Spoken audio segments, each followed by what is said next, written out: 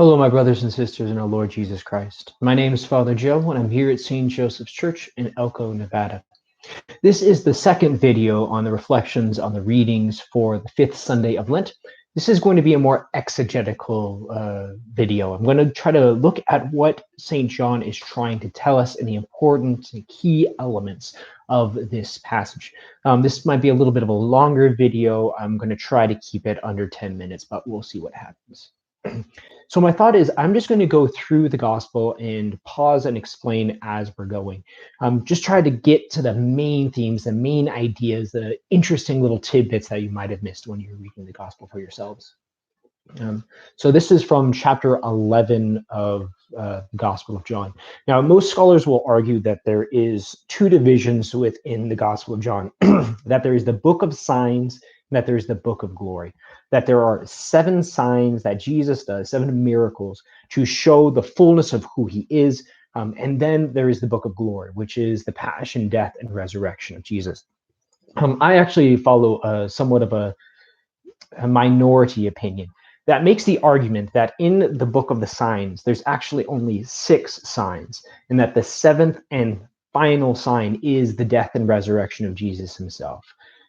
That is the completion, that the 2 books or 2 sections are brought together, the second completing the first. That is a minority opinion, but there is some evidence for it. For example, the signs are not numbered. There, you can make an argument that there's even 9 miracles, but I follow that somewhat minority opinion that there is the book of the signs and then the book of glory.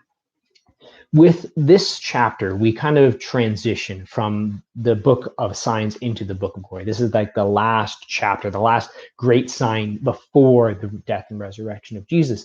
And it's a very, very apropos sign because it is the resurrection, the resurrection of Lazarus, a foretelling and foreshadowing of the resurrection of Jesus himself. So a little bit of context. So there was a man named Lazarus who was sick. He was from Bethany, the village of Mary and her sister Martha. We're already getting introduced to these characters. However, Mary, whose brother Lazarus now lay sick, was the one who poured perfume on the Lord and wiped his feet with her hair. I didn't actually go back and verify this, but I've heard that the word that was used that described the smell of the perfume that inundated the house they were in and that section is the same as the word that was later going to be used for Lazarus, that there will be a stench. It's a very odd connection between these two things. Let's see. So the sisters sent word to Jesus, Lord, the one you love is sick. Now, the Gospel of John is very interesting because the person of John is typically seen to be the one named the disciple whom Jesus loved. Most scholars will argue that John doesn't use his own name so that every single disciple can place themselves in the shoes of John, so to speak, and be the disciple whom Jesus loved. And so when it says, Lord, the one you love is sick, you can, again, put yourself into that situation as well. St. Augustine will talk about this sickness being original sin, that we are lost, that we need someone to heal us. That's actually the word salvation. We see this in English as well. The English word salve, it literally means a healing. Salvation is a healing from the Latin word salvus, to be well or to be whole. When you heard this, Jesus said, "This sickness will not end in death. No, it is for God's glory, so that God's Son may be glorified through it." Very interesting thing here. The sickness will not end in death. Now, judging by the timing of all the events, it seems as though Lazarus is already dead before Jesus hears this message. Jesus is currently on the other side of the Jordan. John Chrysostom argues it's about a day's journey, meaning Lazarus was already dead for a day before Jesus receives this message. And yet Jesus says, this sickness will not end in death. Obviously, there's supposed to be a figurative aspect to this and a spiritual aspect to this, that though Lazarus has literally died, it is not going to end with that death. So the God's glory It is for God's glory, so that God's Son may be glorified through it. Throughout the Gospel of John, there's this constant repetition of the idea that the signs point to the identity, that what Jesus does shows who he is. And so Jesus is going to raise Lazarus to show that he is indeed the Son of God, equal with the Father. Now, Jesus loved Martha and her sister and Lazarus. So when he heard that Lazarus was sick, he stayed where he was for 2 days. That's a very interesting thing. The word in Greek, I don't have my Greek Bible with me. So when he heard this, it actually should be translated as thus. When he heard this, he stayed there. A very interesting thing that John is playing with the words there. He loved them, so he waited. There's spiritual aspects that could be done here as well in our own personal lives, that even when we're going through difficulties and trials, it's not as though God has abandoned us. It's precisely because Jesus loves us that he allows us to undergo these things.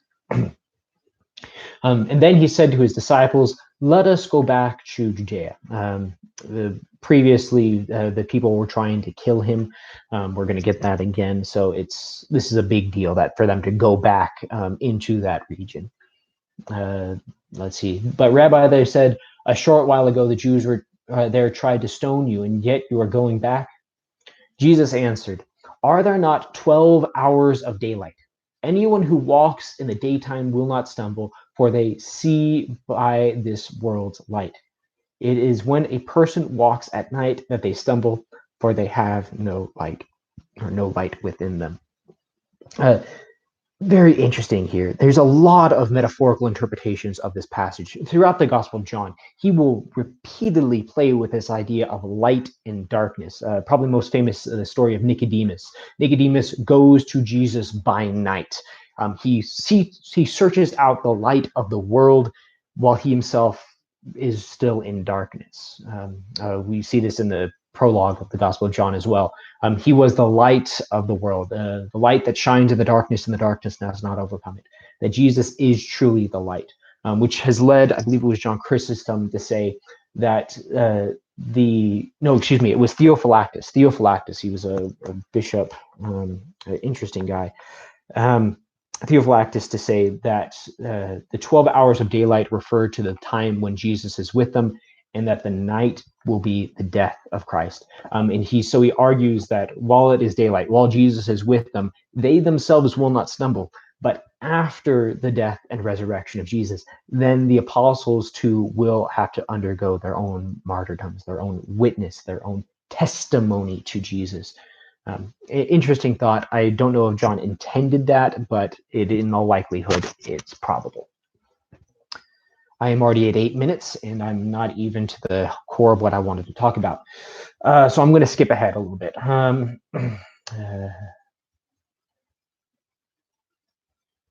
The comment, then Thomas, also known as Didymus, said to the rest of the disciples, let us go, that he may die with him. Different church fathers will have different interpretations of this. Some say that he was actually despairing, that he had given up on hope, and he just assumed that he was going to die, so we might as well go die with Jesus. Others will argue that this is a proclamation of faith, that he was going to follow Jesus no matter what.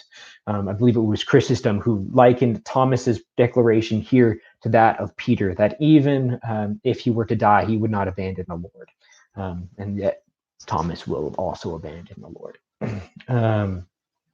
Okay, probably the most important passage, and I think I'm going to end with this. This video might go a little bit longer, I apologize. We see with the story of Martha and Jesus kind of that focal point of what's going on. I mentioned last week that throughout the Gospel of John, there is things called chiasms, that he uses the structure of the story to tell us what's most important, that he will repeat ideas until he gets to the center where that is the core and foundational message. We see somewhat of a mini chiasm here as well. Martha goes to Jesus and said, if you had been here, my brother had not died. Then at the end of this, we're going to see Mary say the exact same thing. If you had been here, my brother would not have died. Then there's the question about who Martha believes Jesus to be, that I know that whatever you ask of God, he will give to you. And then at the end, you are the Christ, the one who is coming into the world. But at the center of this little chiasm is this declaration of Jesus: I am the resurrection and the life. No one who believes, the one who believes in me will live even though they die, and whoever lives and believes in me will never die. Do you believe this? This is the center of the chiasm. This is the central aspect. If you were to try to take away only one idea from the entirety of this story, that is what St. John is trying to get you to. I am the resurrection and the life. I lied. I'm going to say one more thing. It's very interesting. It says that Lazarus was in the tomb 4 days. Chrysostom makes the argument that they were probably about a day's journey away, which means from the time that they are told that Lazarus is sick until the resurrection of Lazarus for the apostles, it was 3 days, which again, that very obviously harkens back to Jesus. He waits there 2 days. He then walks. He heals him on the 3rd day. He brings him back to life on the 3rd day. An important thing as well, when we talk about Jesus' resurrection, we're also talking about our own. We who have died with Jesus will rise with him. I would point you to St. Paul's letter to the Romans, chapter 6, with the discussion of baptism. With that, I am going to end my reflection. I apologize for this being a little bit long. Please stay safe, and may God bless you and keep you.